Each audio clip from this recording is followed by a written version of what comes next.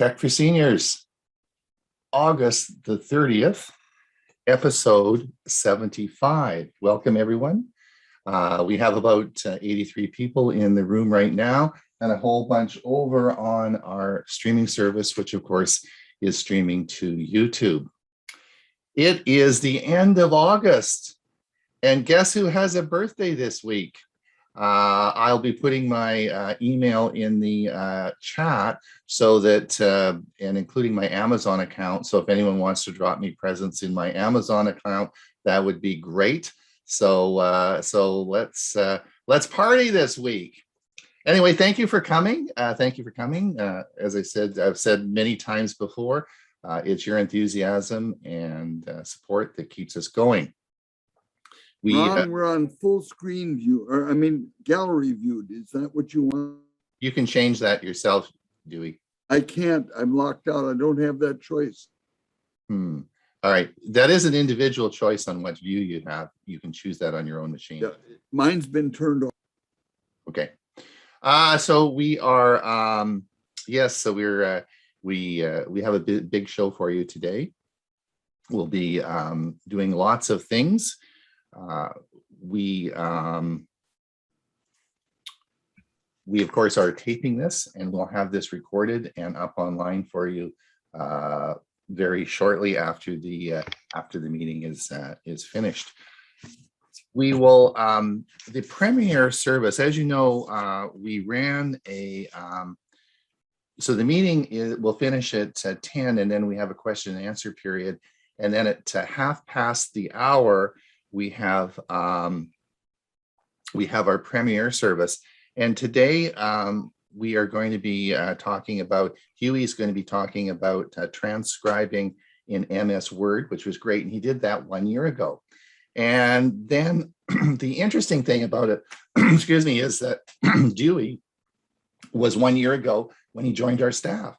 Sorry, sorry. Dewey was 1 year ago when he joined our staff. So yes, this is a 1 year anniversary for Dewey, and he did an excellent talk on speech recognition or voice to text. And so Dewey will be doing his set. It'll be recorded and it'll be played in the premiere part of that. And then the last thing is I'm doing a segment from our Chromebook series. Now, Hewie and I did learning Chromebooks last Thursday, and we had our usual gang of about 45 people that came, and we had a great session. You know, Hewie and I put a lot of work into that, and we record a lot of good content for those series. And we've done it for a year now, and it's once a month, so we have actually a body of work there of 12 sessions.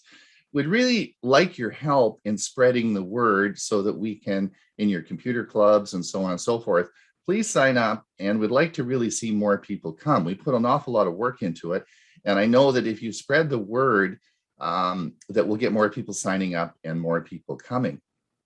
So because for the same reason we're doing the premiere service, we want to take some of that work that we've done a year ago and put it back forward into the premiere service so you can use it and see it and maybe use it in your club. So I'll be talking on how to update your Chrome OS. That was one of the things I did about a year ago. So that will be added. So there'll be a bit of Chromebook stuff now in the premiere service. The premiere service is for you to, they're the articles that we've done, and they're just cut into this so they're easy for you to find and use in your clubs. So hopefully that will work.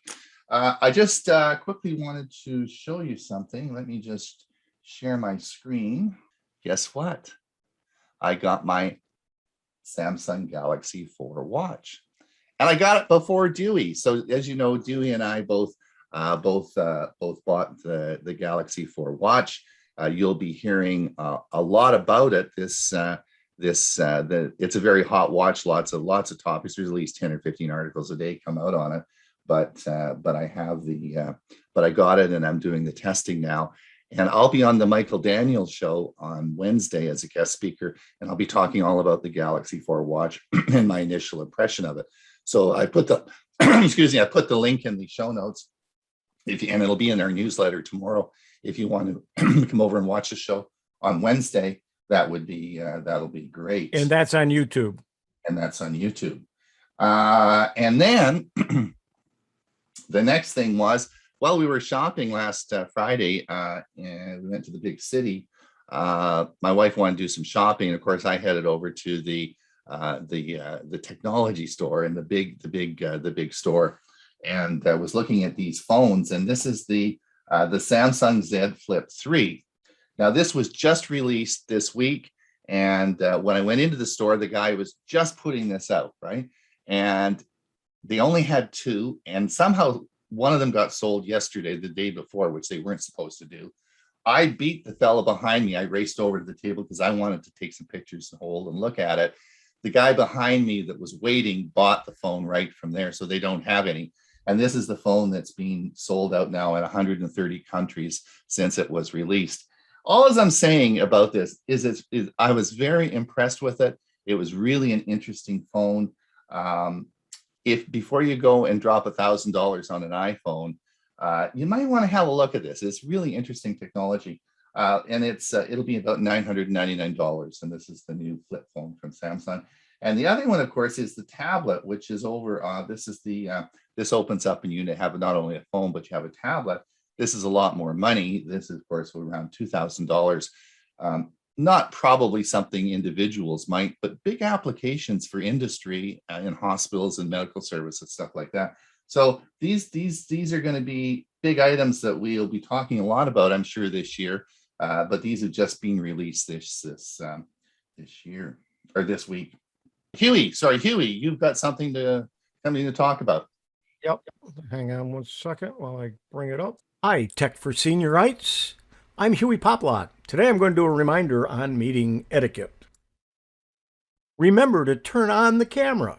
Use the video option when possible, but I'm going to talk about some exceptions as we go along. Stay on mute if you're not talking. Dress for the meeting. Don't wear pajamas or other clothing that if you should stand up you'd be embarrassed about. Stage your video area. Remember that what's behind you is visible. Your dirty laundry, your messy desk, your messy dresser, and so on. So stage your area, clean it up some. One person I know cuts a big box open and puts it behind them as a plain brown background and hides everything. Or you can use the virtual backgrounds that are part of Zoom. Remember that more light is better. Then the light should be in front of you, not behind you. When the light is behind you, you're too dark and we don't get to see you. Don't be late. Be on times. Try to look into the camera. Do your own tech support before you start. Go to zoom.us/test and you can test for your camera, your microphone, and your background. Don't eat during the meeting. The one exception, of course, would be water or coffee. But still, it's good to mute even when you're doing that. And don't do other private things while you're in a meeting. Don't get up and go into the bathroom and forget to turn off your microphone or camera. Don't stand up and do other things. Don't tuck the shirt into your pants. Don't collect other things around the room. Whenever you get up, make sure you turn off the camera. Sit still. If you leave your seat or move from room to room, be sure you turn off the camera. Close the door if possible. Be mindful of background noises. In some cases, there's no door to close. Your kitchen is directly off the living room where you are. But be sure there's not a lot of movement in the background. Ask your wife, your kids, to stop movement or not to be on camera during the meeting. When your microphone is not muted, avoid activities that could create additional noise, such as shuffling papers, hearing your phone ring, or your computer making dings and noises when you get messages. Remember, no pets, kids, or spouses. The exception with your spouse is if they're joining you with the meeting and they're sitting next to you. And don't multitask. Thank you very much.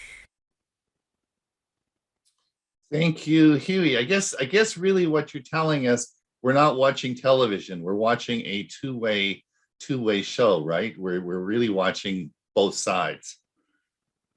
Right. And a lot of people are watching you and you don't realize it. That's right. So please, if you have to get up and go someplace, just turn your camera off and then turn it back on when you come back in. That would work great. All right, Bob, are you ready to roll? Here is the Avast Security News Roundup for the week ending August 27th, 2021. President Biden calls meeting with tech CEOs. Apple's Tim Cook, Microsoft's Satya Nadella, and Amazon's Andy Jassy are among a group of tech CEOs that were called to the White House meeting Wednesday by President Joe Biden. The point of the gathering was to discuss efforts by private companies to improve cybersecurity following a year of increased ransomware and other cyber attacks, according to Bloomberg. The list of invitees also included tech, energy, water, and banking companies. Cybersecurity should be a top priority, and the president knows it, commented Avast security evangelist Louis Carones. His administration's already started talking with Russia's government, and now he's meeting with some of the main American companies. Neither Biden nor Microsoft, Google, IBM, or Apple CEOs are security experts, but they do have the power to set in motion their company's resources to work towards improving cybersecurity. A senior official familiar with the event told Bloomberg the meeting will most likely address the need for better supply chain security, coming just a month after the massive SolarWinds supply chain attack. For more, see Ars Technica. Microsoft Exchange attacks are back. Echoing a wave of cyber attacks earlier this year, a surge in attacks on Microsoft Exchange servers has been detected, and the U.S. Cybersecurity and Infrastructure Security Agency has issued an urgent bulletin to remind organizations to patch their systems against these attacks. In March, hundreds of thousands of Microsoft Exchange servers hosting both business and personal accounts were targeted by Chinese national state group Hafnium. The attacks this round differed from the Hafnium attacks in that they target a different vulnerability, Microsoft's proxy shell. All businesses, including small to medium businesses, are advised to protect their systems. For more, see Cyber Scoop. A massive IoT botnet infects routers and repeaters.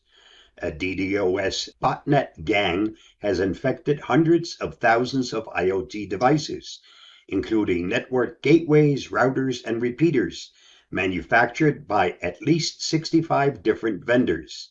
The vulnerability is in the software development kit that ships with Realtek chipsets, which are basic system-on-chip boards around which device makers can build their firmware. Over 200 device models are vulnerable, with the most common being the Netis E1 Plus extender, Edimex N150 and N300 Wi-Fi routers, and the Repotech RPWR5444 router. For more on this story, see The Record. Consumer Reports publish a digital guide to breaking up.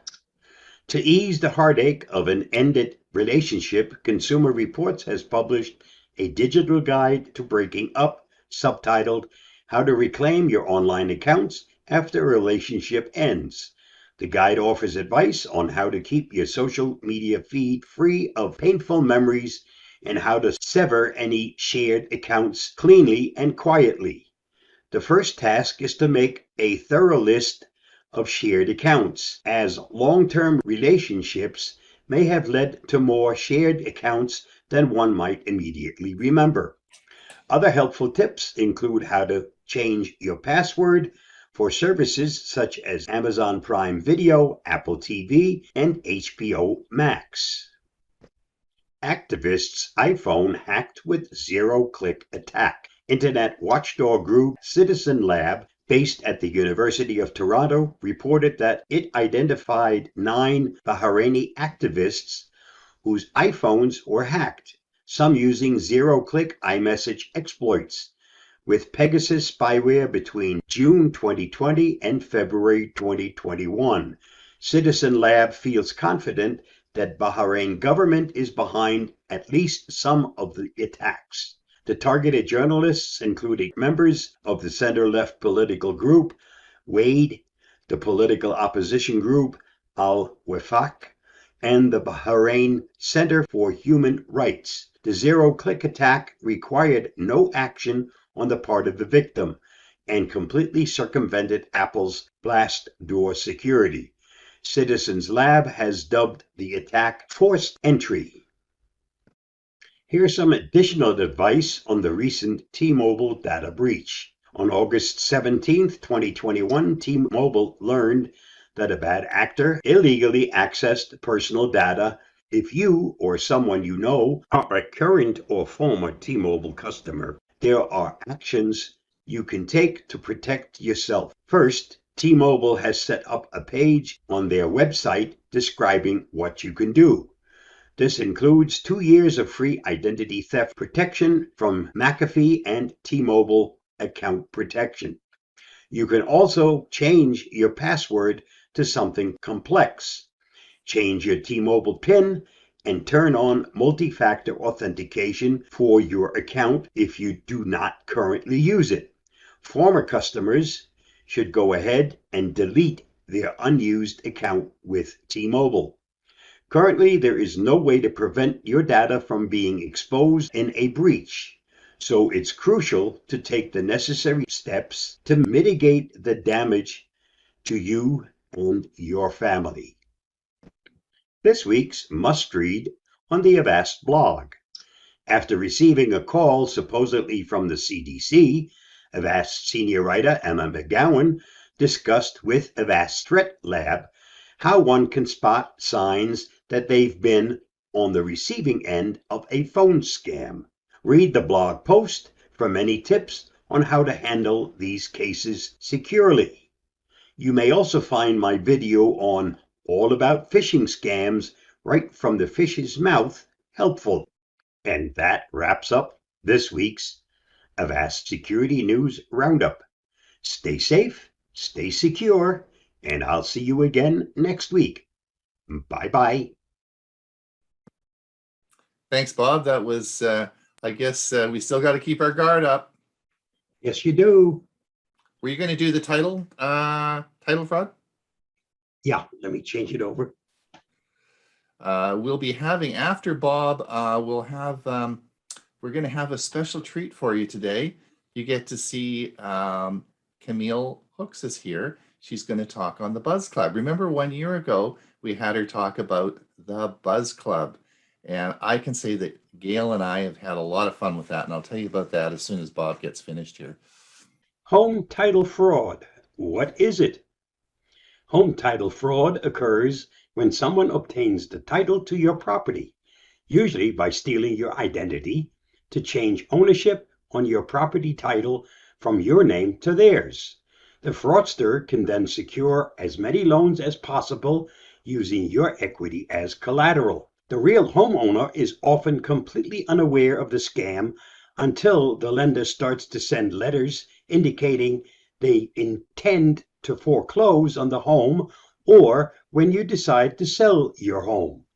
Home title fraud offers a potentially lucrative payoff for criminals skilled in identity theft. So how often does home title fraud happen? Home title fraud, which was once considered rare, is now seen in some circles as one of the fastest growing cybercrime schemes in the country. In particular, the concern surrounds wire fraud, as the FBI reported 301,580 wire fraud complaints in 2017 with losses of $1.4 billion. Looking at just the real estate and rental industry, more than 9,600 victims lost over $56 million in 2017, according to the FBI.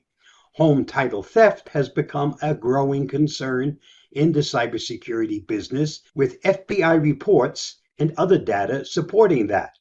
According to the Journal of World Economics Research, deed theft amounted to $547 million in 2020, quite a jump since 2017. So how does home title fraud happen? Home title fraud is usually a result of identity theft. Many transactions and documents requests are done online, which can increase the chances of criminals stealing information.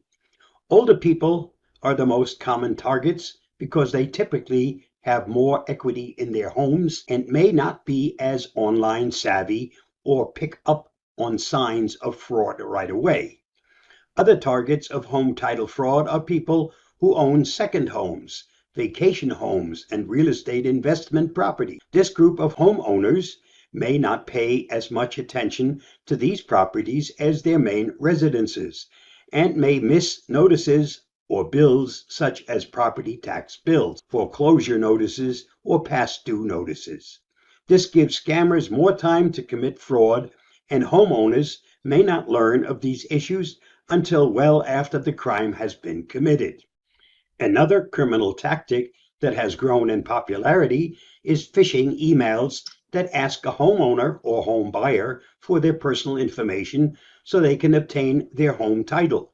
Phishing is an attempt to get recipients to divulge sensitive information, such as username, passwords, and social security numbers, or to transfer money to the scammer through a variety of methods. In 2016, the Federal Trade Commission warned homebuyers about email and money wire scams that included hackers breaking into consumer and real estate professionals' email accounts to get information about real estate transactions.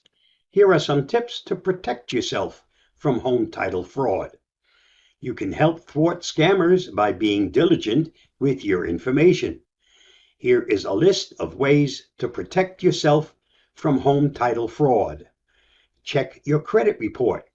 Checking your credit report can help you identify any financial actions that may have occurred in your name and help you determine if you have been a victim to identity theft. Pay attention to incoming bills.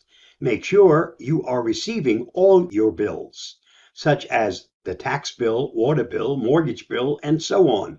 Not receiving an expected bill can be a sign of home title fraud or possibly identity theft. Check home information. Check the information on your house with your county deed office every so often to make sure nothing has changed. You pay your taxes on a regular basis. Check to make sure that nothing has happened to your deed when you paid your taxes. Get help from third-party services. There are service providers in the market that can help protect against home title fraud, either through title insurance or title protection by locking your title. Research any prospective companies first before signing up because scammers will pose as these types of businesses too. This is one more vector of attack that you need to be aware of. Knowledge is power. Now that you have it, use it wisely.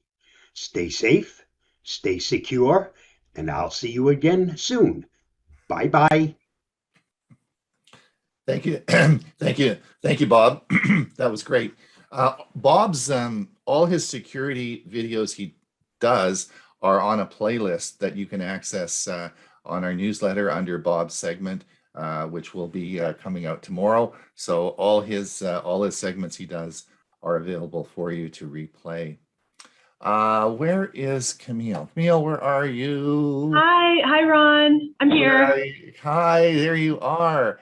Let me just say, so introducing to Camille, of course, you probably remember her from last year.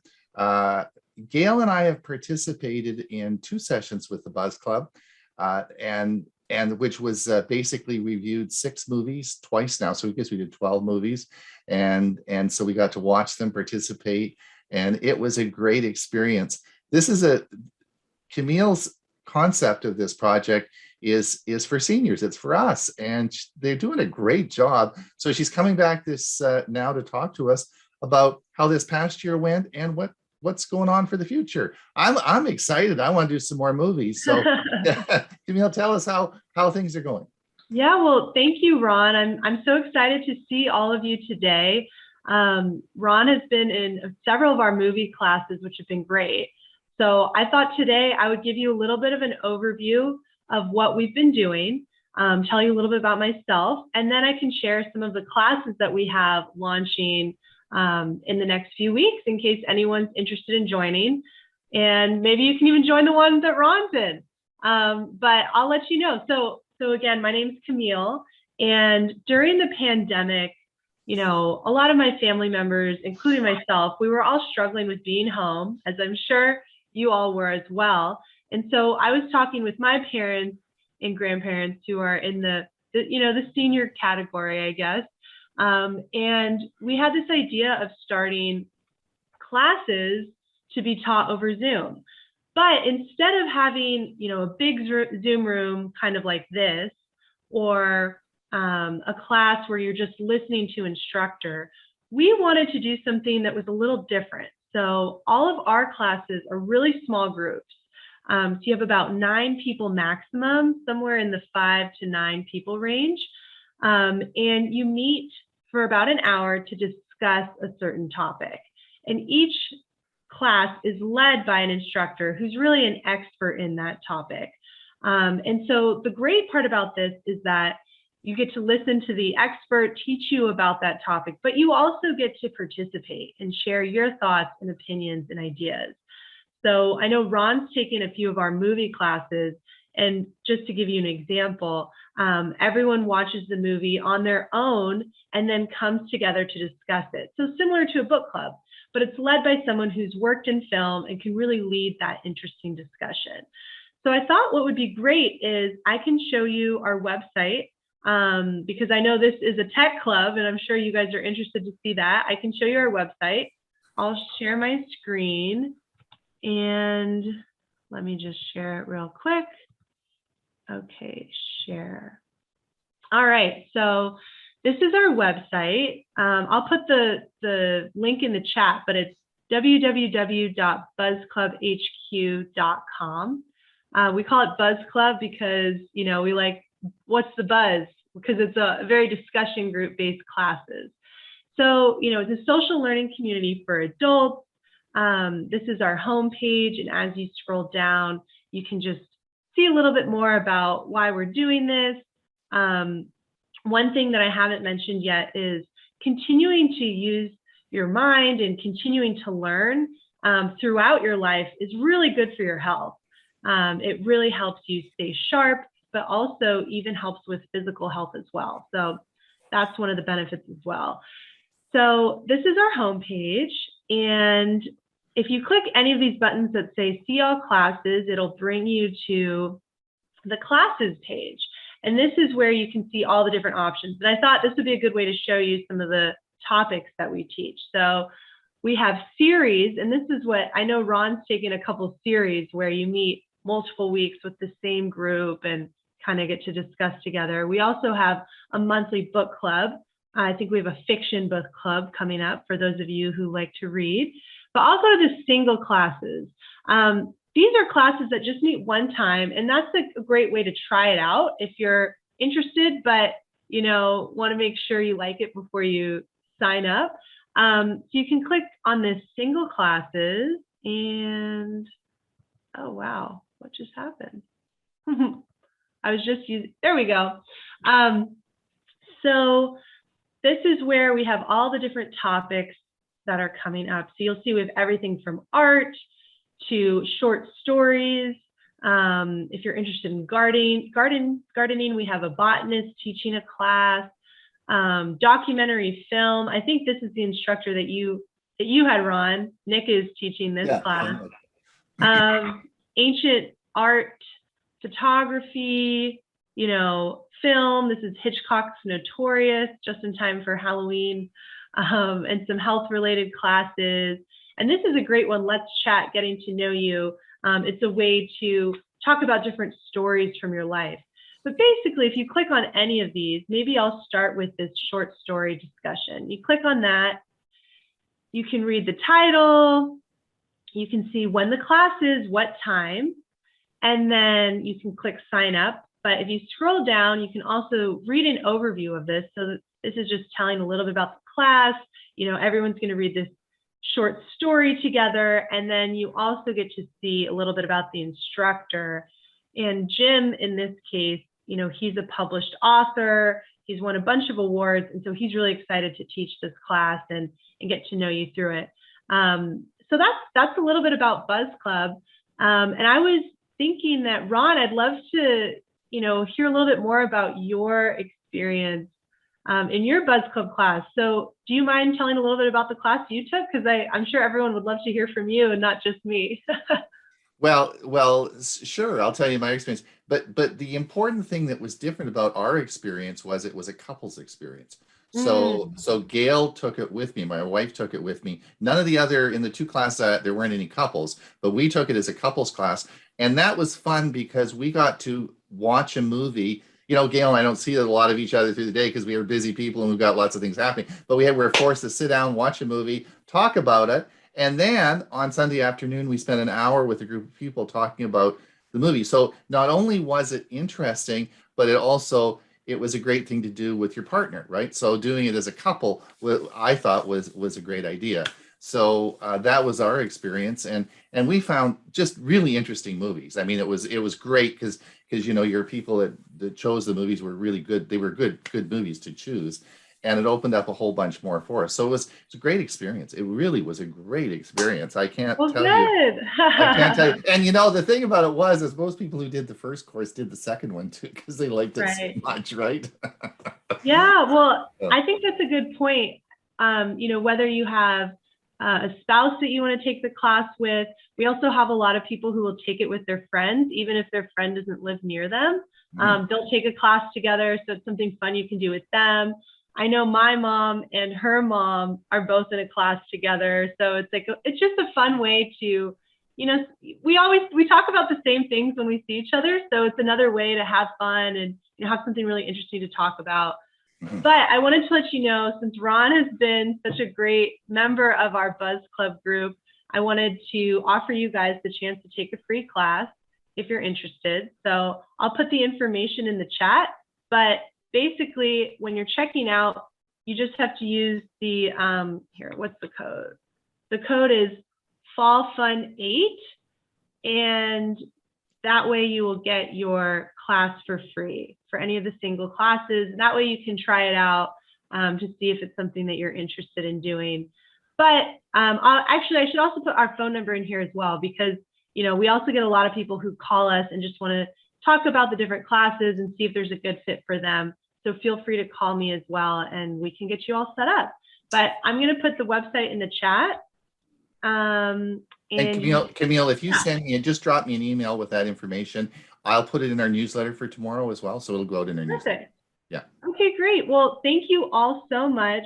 I guess before I leave, I'll just give you our phone number and I'll let Ron get back to it. But let's see, where is the phone number? Okay, our phone number is 844-942-1953. So thank you so much for having me. I love seeing all you guys, and I'll let you get back to your club. Thanks, Camille. That's great. And I can answer any questions about that in the question and answer as well. So I know a lot because I've done 2 sessions. I'm going to share my screen now because guess what? We have Dewey's Tech Talk on. Good morning, friends. I'm Dewey, and my Tech Talk topic today is what's going on with 5G cellular. 5G cellular stands for the 5th generation of cellular network technology. It was designed to deliver higher multi-gigabit per second peak data speeds, ultra-low latency, massive network capacity, increased availability, and a more uniform user experience. It should be understood that 5G cellular is not the same as 5G fixed wireless access, which uses cellular technology to intersect with fixed line services like cable and fiber optic, and thus will enable the delivery of ultra high-speed internet to suburban and rural homes and businesses at lower cost.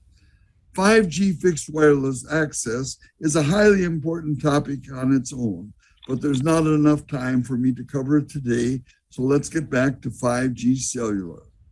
In a recent article at cnet.com, Eli Blumenthal wrote that U.S. carriers have had a history of twisting their stories when it comes to wireless technology. Back when 4G technology was young, AT&T, Verizon, and T-Mobile opted to rebrand their 3G networks to take advantage of the hype that was going on. Ultimately, the industry simply settled on 4G LTE, one technology, one name. 5G cellular has similar problems. Differing technologies and approaches for 5G by cellular providers have made the 5G revolution more confusing than it might have been. I'll try to make sense of it all without getting too far into the weeds. With 5G networks, it's helpful to understand the three separate frequency bands of radio wave spectrum being used. High band, often referred to as millimeter wave, is the 5G technology that's been especially touted by Verizon, but also used by T-Mobile and AT&T. Verizon now has it up and running in 75 US cities, including 60 plus stadiums and 7 airports. While millimeter wave is blazingly fast, it can reach well over 1 gigabit per second. This high-speed 5G struggles to penetrate buildings, tree leaves, and so forth to reach further than 500 feet. I'll tell you, it's sort of like a souped-up Wi-Fi hotspot that's impaired by obstructions. Low-band 5G, on the other hand, has lots of range, but lower speeds. It's also used by all US major cellular providers. Speed-wise, low-band 5G is now often faster than the present 4G LTE, but has the good coverage of 4G LTE. This allows low-band 5G to blanket large areas with excellent cellular service. Mid-band 5G represents the sweet spot of speed and coverage. In fact, the key reason why T-Mobile bought Sprint was the rather ideal mid-band spectrum that Sprint owned. Neville Ray, T-Mobile's president of technology, said recently that their mid-band 5G now covers 37% of the US population. He predicts it will grow to nearly 60% by the end of 2021, this year, nearly 75% by the end of 2022, and probably 90% by the 2023. By the way, our daughter Julie has had T-Mobile service for over 14 years and thinks their customer service is exceptional. I might add that earlier years she had a lot of coverage problems. It's gotten a lot better, but they still can't get T-Mobile at their Wisconsin cabin in Cumberland. Verizon's mid-band 5G is called C-band, which uses spectrum in the 3.7 to 3.9 gigahertz range, while T-Mobile's mid-band 5G is at 2.5 gigahertz. Excuse me. The companies are in something of a tug of war regarding which is better. T-Mobile seems to be winning because its 5G coverage is better and costs less to deploy. Also, FCC power rules provide greater flexibility for T-Mobile's 2.5 gigahertz compared to Verizon C-band, which has only 2 power levels, one for rural location and one for non-rural. Here's a graphic by T-Mobile comparing their 2.5 gigahertz to C-band. Now, you'll take a note that the 2.5 gigahertz extends out 1.5 times further, about half again as further as C-band. Now, this also means that whoever has C-band, like Verizon, needs to have 150% more, or 1.5 times the propagation sites, to carry it. So it's more costly. Costs 1.5 times as much also. Though AT&T is sometimes thought of as the third US carrier, they scored something of a victory in recent days. General Motors said on August 19th that it will add 5G connectivity from AT&T to its vehicles, starting with some models in 2023. This rollout is part of GM and AT&T's broad strategy to launch the world's largest fleet of 5G-enabled vehicles and is the culmination of a 2-year collaboration. GM provided the following graphic. Now note this kind of, what shall we say, concept car of maybe 2023 or so. It has a 33-inch wide advanced LED display integrated into a single large screen that spans the viewing area for the driver and incorporates driver information, details, infotainment controls, and camera views. So that'll be quite the thing to buy a car with a 33-inch wide LED display. Last week, MacRumors.com related results of a recent PCMag.com report that T-Mobile, with its widespread mid-band 5G network, has earned the title of the fastest U.S. mobile network in 2021. Here's a graphic showing the actual results. It's not particularly easy to read, but there are a total of, I believe, 9 categories, including the final speed score. There's download speed categories, upload speed categories, average latency, network availability. And T-Mobile won them all except the very first category of maximum download speed. Verizon beat them royally on that one with over 2 gigahertz, 2218.7 megabit speed. Truth be told, each of the 3 major US networks have both strengths and weaknesses. I feel strongly that the best advice is that you choose the cellular carrier that provides the strongest signal where you spend most of your time. Bearing that in mind, let's take a look at the 3 lesser known 5G cellular carriers. According to allconnect.com, consumer cellular is often recognized for its good customer service, Google Fi for being the best for international travel, and Mint Mobile for having the cheapest phone plan. Well, there you go. As for 5G cellular in Canada, telecomtv.com carried a report called August 2021 Canadian 5G Experience from the research firm Open Signal. Rogers Wireless, Bell Mobility, and Telus Mobility are the so-called Big 3 in Canada and provide the fastest download speeds according to the report. Rogers was named the outright winner of 4 of the 7 categories of 5G experience. The report's name, The report also noted that Canada just successfully completed a huge 5G spectrum auction in the important 3.5 gigahertz midband, saying this spectrum should help the country's carriers roll out 5G technology more quickly. The report concluded, perhaps realistically, that though accessing and dipping into 5G in places where it is available in city centers and densely populated suburban areas, it will still have to rely on the reach and availability of 4G just about everywhere else. Also, that there is mounting evidence across a myriad of potential 5G markets that domestic consumers are very, very wary indeed about paying premium prices for an unknown quantity and may well not subscribe to 5G until they are satisfied it is worth the candle. And that may not be for a long time. Kind of sounds like Canadian talk.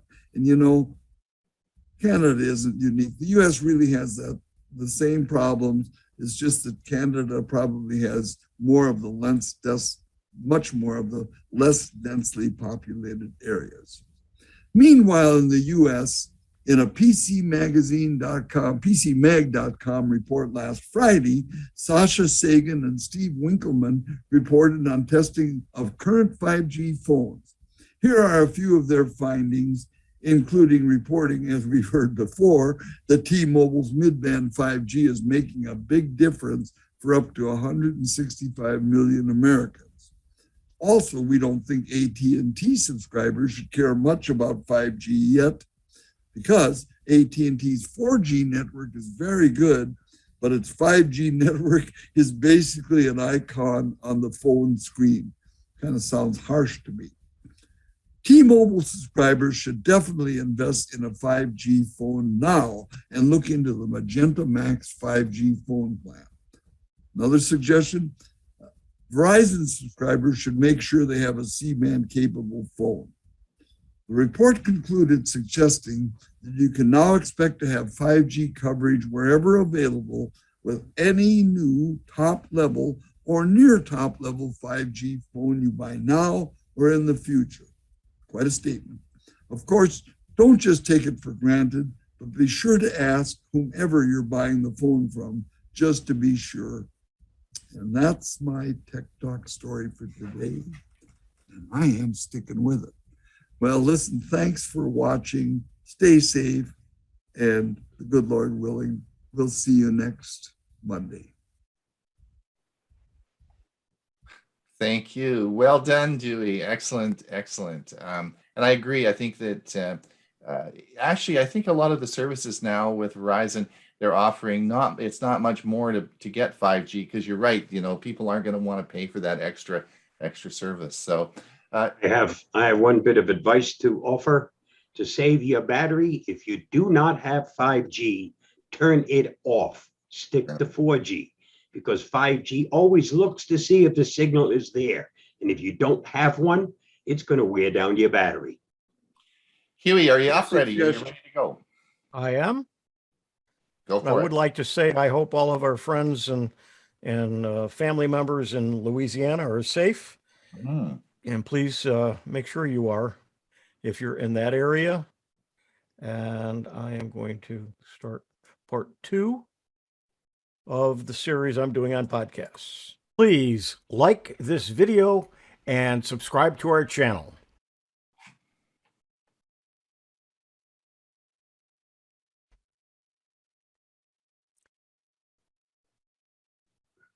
Podcasts, the series, part 2, how to listen to a podcast. I'm Hewie Poplock. This is part 2 of 3.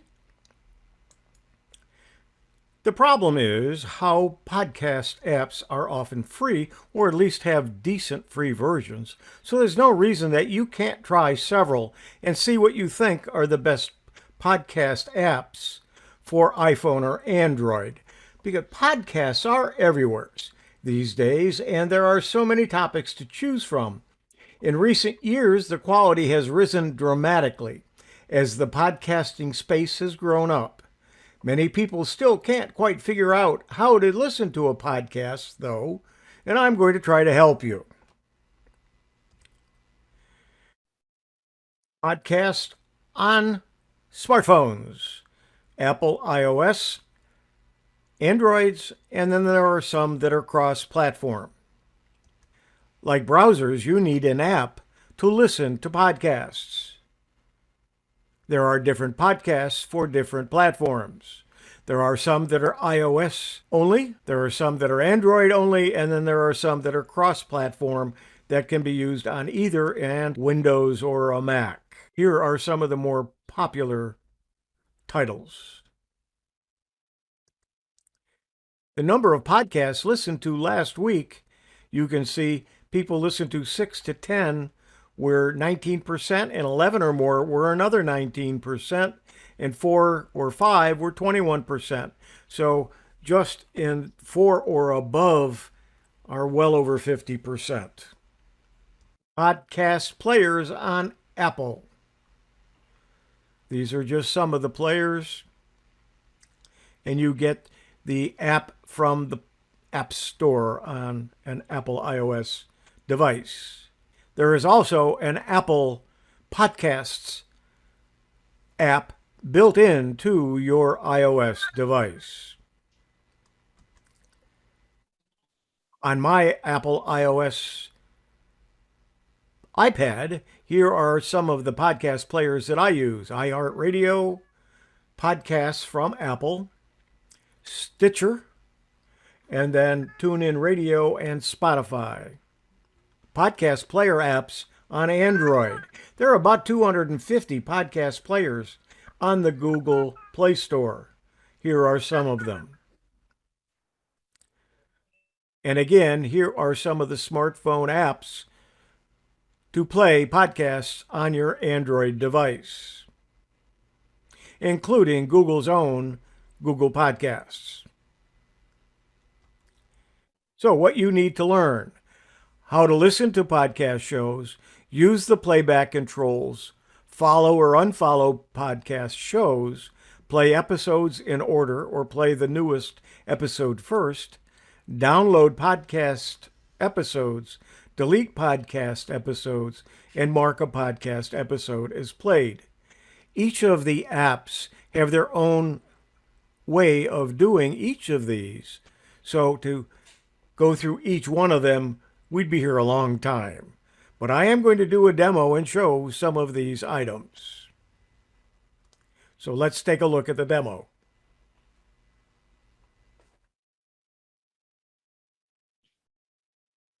Let's take a look at the podcast players on my iPad. I use Stitcher the most, so let's take a look at it first. When it opens, you'll see that it shows episodes of podcasts that I've listened to, maybe not all of them. And then you can see that it's downloading some new ones. It's waiting to go get some more. As I scroll down, you can see, and scroll up, you can see there are little arrows to the right. And if there's a line underneath it, that line indicates how much I've already listened to of that podcast and how far into it that I've watched it. We'll click on one of them, and you'll see that it shows some information put on there by the podcast makers. And there can be links, there can be information, and there could be nothing. Now, when we click on Discover at the bottom, you can see that I can go and find other podcasts to add to my list, and I can follow or not follow. I can just listen to a podcast from a series and then decide whether I want to follow them or not and have them added to the list. When I decide on one, I can take a look at it, see some of the articles. I clicked on follow, and so now I am following cast. So each time there is a new episode, it will be added to my list. Down at the bottom are my controls. You can see I can move ahead within any particular podcast. I can go back 15 seconds by clicking that. I can go ahead 30 seconds by clicking the other. And I can go to settings.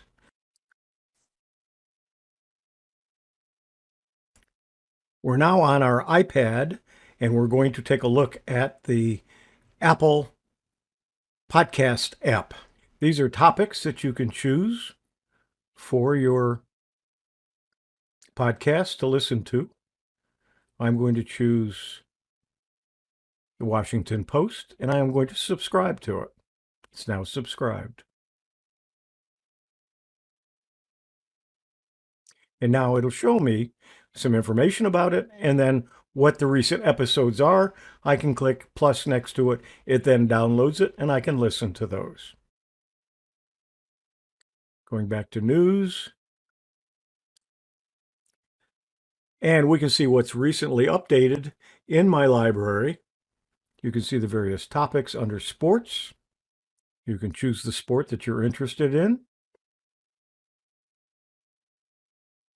Find weekly fan favorites, hear from the pros, sports and culture, more sports, and you can choose again your favorite sport and find more information.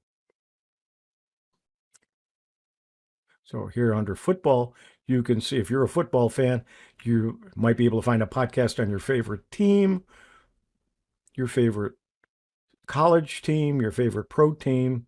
I like to listen to iHeartRadio for radio stations, but I also can use it and do for some podcasts.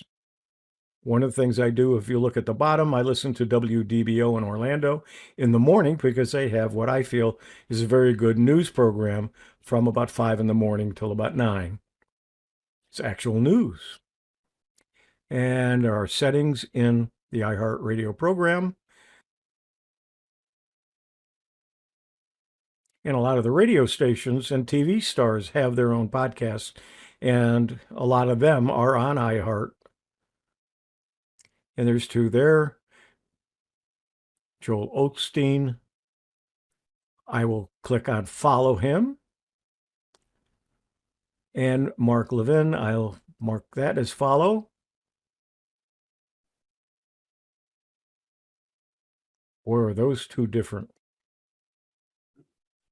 So I'm following both of them now.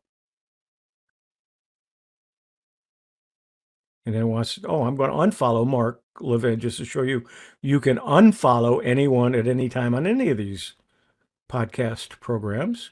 So now I've unfollowed him. And so it no longer will download and add his podcasts to the list of ones that I haven't seen. And it will not delete ones I've already downloaded. I will have to do those manually. But you can see there's a whole bunch of podcasts that I've downloaded. May not have been things that I was interested in. So it'll help me choose as well. This has been Podcast, the series, part 2, How to Listen to a Podcast. And part 3 will be some of my favorite podcasts. Most of mine that I follow are technical and technology and topics, but I'll give you a list of some of them I listen to. Obviously, because of copyright issues, we can't play them or parts of them, but you'll be able to go listen to them yourselves.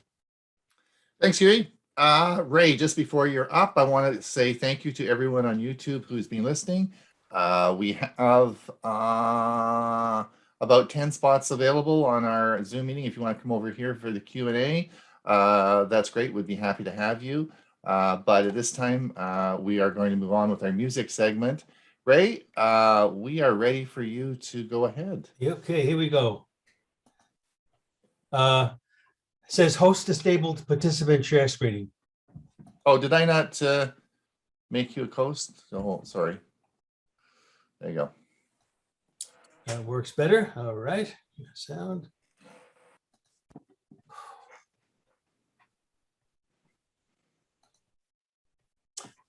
All right. Today we're going to talk about a new version of big band. This is not the big band music you may be used to. This is the biggest rock band on earth, and they call themselves Rockin' 1000. The Rockin' 1000 is a group of rock musicians that number about 1,000, thus their name. Now, Rockin' 1000's first performance was in Cesena, Italy in 2015, and there have been subsequent concerts in other European cities. Typical performance would have about 1,000 musicians with as many as 15,000 spectators in the audience. Hundreds of guitar players, bass players, drummers, keyboardists, singers, along with wind and string sections playing rock classics, primarily from the 60s to the 80s, along with some more recent tunes. Now, hopefully this clip I'm about to show you will meet Dr. Ron's repeated request for toe tapping music. It also reinforces my personal motto that no matter what our differences may be, music has the ability to bring us all together. Now, additionally, from a technology perspective, just think for a moment as you watch this clip, what it must take to put on an event like this. The great majority of these musicians and singers were not even born in 1968, when the Rolling Stones first released Jumpin' Jack Flash. But you would not know that from how everyone seems to be in perfect sync and having a grand time. Now, speaking of the Rolling Stones, their drummer, Charlie Watts, died last week at the age of 80. In addition to Mick Jagger and Keith Richards, Charlie was the only member of the band to appear on every Rolling Stones album.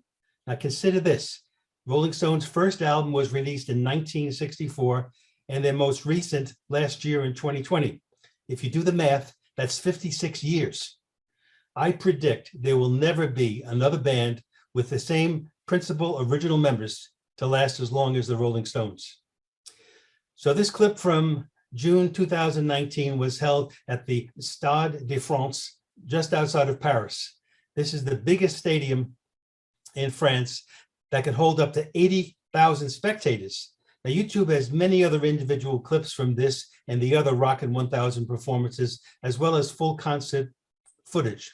So I thank my wife, Carol, for cluing me in on the Rockin' 1000. I've also included a link to her favorite performance by this band. That's the David Bowie song, Rebel Rebel. So let me make one change here. And here we go. Wow. Was that toe tapping enough for you, Ron? Oh yeah, that did the trick. Hey, did you know that Charlie Watts started in life as a graphic designer? And in fact, Charlie Watts designed, I'm not sure if it's all of them or most of the album covers for the Rolling Stones. I did not know that at all. Very good. Yes, Charlie Watts did that. So he started life before a drummer as a graphic designer. So yeah. But think about the same group members being together in the same band for 56 years. Crazy, eh? Never be surpassed. Yep. Amazing, truly amazing. All right, listen, we are over our time limit by a big time. So we are going to say goodbye to everyone and get into our question and answer period. I want to say thank you for everyone for being here. We, of course, will be here next week, same time, same place. Don't forget to watch the Michael Daniels show on Wednesday. I'll be talking all about the smartwatch, the Galaxy 4. So please watch the show. And of course, the usual gang will be there for Thursday morning for our Tech for Senior Live. And we'll be talking about all sorts of things on Thursday morning. Now, when we open the question and answer now, is Camille still here? Did Camille go, or are you still here, Camille? Probably Camille left. Yeah, that's okay. I can answer it if you have any questions. She's there, but she's on mute. Oh, is she on mute? So if you have any questions for Camille, we could maybe put them on early, and then she doesn't have to stay around. And then we'll entertain your questions. You can click on the reactions at the bottom and click raise your hand, and then you come to the top of the screen, and we can see who wants to talk. So, Bill, you have the first question. This question is for Camille. Are there any productivity classes like Word, Excel, any of those kinds of classes? Or any plans to do any of them? I don't think she's here anymore. I don't think she's. Bill, the answer to that question is no. It's not really. It's more of a socialization sort of in the arts it's not really. And I don't think their plan is to do that, is to be sort of like to learn how to do Word and stuff like that. I don't think it's that. It's more into the subjects that you discussed. Okay, thank you. Jim, go ahead. I had a previous question of how do you get I have a Samsung Note 9. How do you get it to recognize the SD card? Or external memory. The SD card may not be of the quality that's needed to actually be used for memory. Are you talking about using the card in the device? Yes, I've checked the card in the computer through a card reader, and it shows up and it's marked Note 9. So it indicates that it was formatted by the phone as I did, but then it doesn't show up at all. Doesn't show up where in the phone? Yeah. All I get when I look at the files is internal memory. I see nothing about external memory or SD card, which you should see. I'm sure that's a format, Jim. I'm sure that's a formatting issue. I don't know the answer to that. It may be partly what Bob said, but it may also be formatting. I'm not sure that we know the answer to that. That probably is an easy fix. If you go and just Google it on YouTube, there's a link in the chat Jim, that was just posted. Jim, also, the only time you're going to see that card is under your files folder. Yeah, I know. But it doesn't show. It doesn't show there? Check the link that was just posted in the chat. Someone just posted it. Yeah, I would also, if it was formatted on the phone, I'd try formatting on the computer and then putting it in the phone and see if the phone sees it. Oh, that's a good idea. Thank you, guys. Okay. Any other questions? Oh, what time's the Michael Daniels show? It is on at 2 p.m. Pacific time. Pacific, because you're on the coast, aren't you? You're in California, aren't you? Right. Yeah, 2 p.m. It'll be 2 p.m. then. Yeah. Yeah, This five is not time, 5 o'clock real time. This is not a question, but look, I know. You got it. What is You that? got it. Is It that just your showed watch? up. What's that, Bill? it just showed up. What? Oh, you It's got your Galaxy watch. 4. Yeah. Oh, you got the Galaxy 4. Oh, good. Hey, take it out and see if it fits on your wrist. I will. See, This is while kind we're of an talking, unboxing. Go ahead. see if it fits on your wrist. Yes. So any other questions today? There's got to be some questions, you guys. We had a busy show today. There was a lot of stuff on there. A So lot of there's information. got to be Yep. some questions. I got a question for Bob. Okay. I saw your video on testing the Wise earbuds. Yep. What do you think about those? I haven't seen them advertised. Great quality. Music is excellent. The sound quality for a mic is excellent. And they have something that allows you to actually wear your earbuds and still hear everything goes on around you. Usually you put on earbuds and you're dead to the world. Somebody wants to get a hold of you, they better tap you on the shoulder. But there's a setting in it, and it's just a matter of touching it, and you can hear everything that's on around you while you still listen to things that come through on the earbuds. Well, that's pretty neat. I wonder how they work with hearing aids. That I can't answer. Where are they selling it? Yes. Or is it one of those, send me an email? Right now, I think they may be sold out because they still haven't fulfilled all of the pre-orders. I'm an early bird, so mine just got here. So if you're now looking to purchase them, it's still filling those Still filling that yours. were early. Okay, thanks. Mhm. Bill, go ahead. Yes, I had a question for Hewie. He has some headphones that work through bone sound. I was wondering about those. I have one that fits over the ear. It's only one piece. I'll turn my camera off and go grab it, and I'll bring it back here in just a few seconds. It is Bluetooth 5, which gives it about 7 or 8 hours on a charge, where the earlier Bluetooth models will only give you about 2.5 hours. I put it on because it fits right next to my head and my ear. I don't have to put it in my ear. I can sleep with it very nicely. Occasionally it will fall off. Sometimes it falls down behind the bed and I got to go get it. But I can sleep and listen to, I fall asleep to podcasts all the time. I wake up and they're still playing. So I love it. I'm going to go off camera here in a second. I'll grab one and I'll be able to show it to you. Okay, thank you.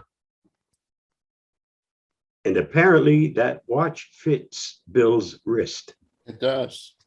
Oh, okay. Did you did it just come with one strap? I'm looking, it seems like there's another one in here. No, that's the charging unit. Or is that the charger? That's the wireless charger in there. Okay. Well, everyone's probably wondering what the heck are we talking about? What's going on?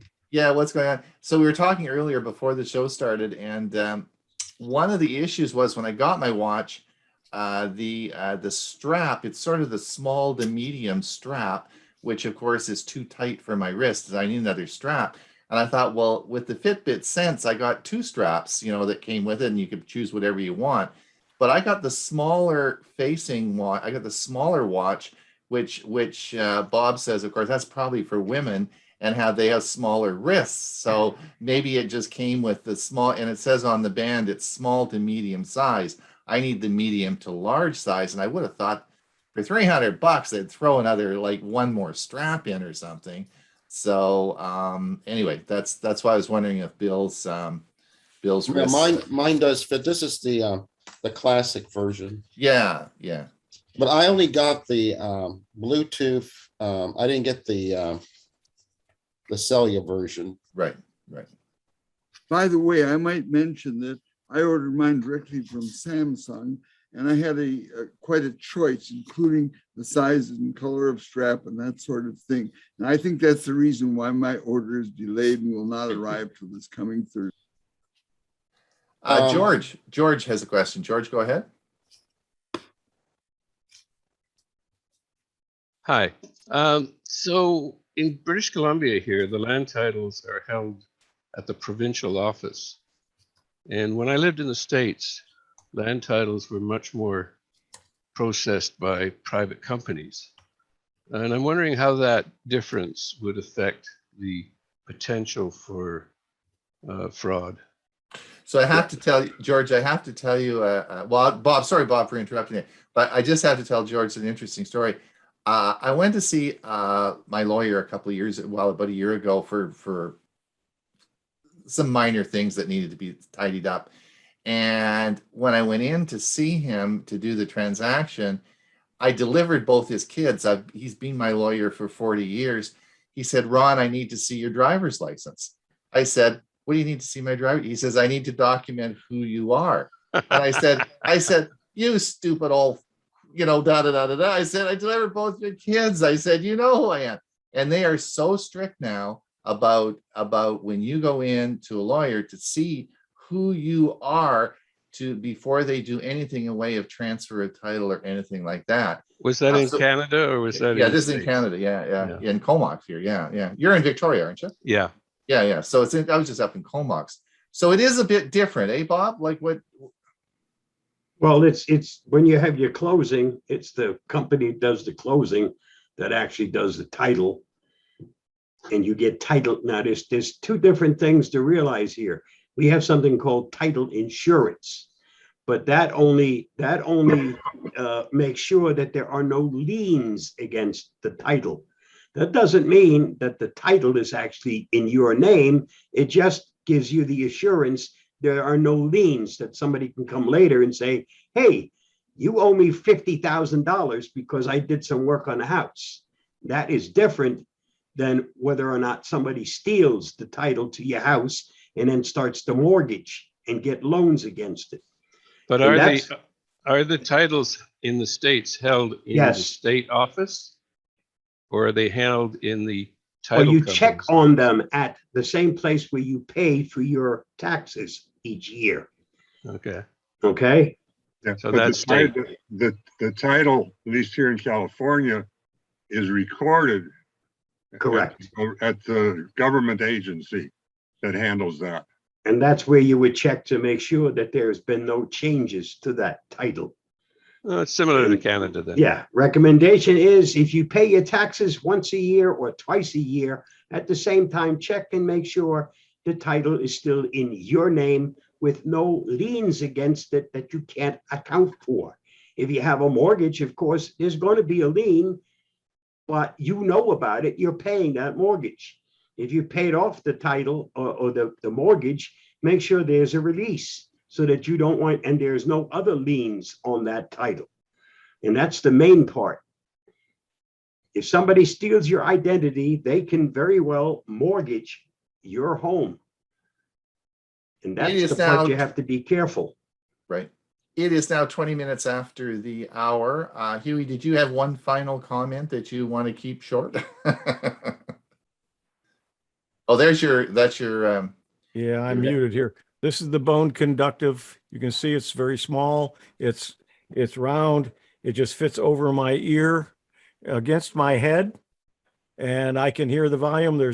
There are some have 3 buttons and some have 1 button. I like the 3 button because the top and bottom one will adjust the volume from my iPad, and because that's what I connect it to. But it's Bluetooth, so it could be any of the devices that use Bluetooth. And the middle one turns it on and off. And I can also change, if it's a playlist, I can move it by pressing longer or shorter on the top and bottom buttons. It'll change to the next tune or the next podcast. But it just one of them, it goes over my ear. See if I can show you here. Oops. Goes behind my ear, I think you can see it. And it's very comfortable. It's flat. So if when I lay on my pillow, it's not sticking out like a headphone would. And I've been using these for years. What's the brand name, Hewie? I don't know. And every one I get has got a different brand on it. They generally come from China. You just have to, what the biggest thing you want to look for, make sure it's a Bluetooth 5. It'll last, the battery lasts a lot longer. You just plug it into using a regular USB charger that you probably use on most of your Android phones. You plug it in, charge it, takes a few hours to charge, and you're good to go for the next round. And if you don't have USB 5, they make things that plug into and give you Bluetooth 5. They plug Well, it'll still work, I believe, if you're using a device that doesn't have Bluetooth 5, but the Bluetooth 5 in the unit itself gives you longer battery life. All right, listen, thank you. I want to give people time to stretch and have a bathroom break before the premiere service starts. So at hour, we'll be starting our premiere service on YouTube. If you don't know how to get to that, just go to our website, hit the button there. It'll take you right over to our YouTube channel. Today on Premiere, it will be transcribing with Microsoft Word. Excellent show done by Hewie. Dewey will be making his first debut on Tech for Senior. He'll be talking about voice dictation. And I'll be talking on a Chromebook issue on how to update your Chrome OS manually. So that's available, and that will be starting in just under 10 minutes on a premiere service. We'll see you maybe on the Michael Daniels show on Wednesday. I'll be talking from the medical perspective.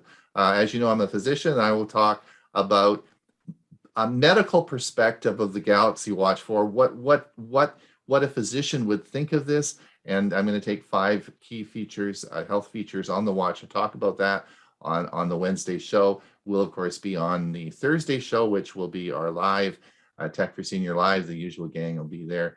And until now and then, of course, we'll be here again next Monday. So we'll talk soon. Thanks, everyone, for coming. And thank you, everybody. We'll see you Thursday. See you soon. Right. Bye-bye. Bye.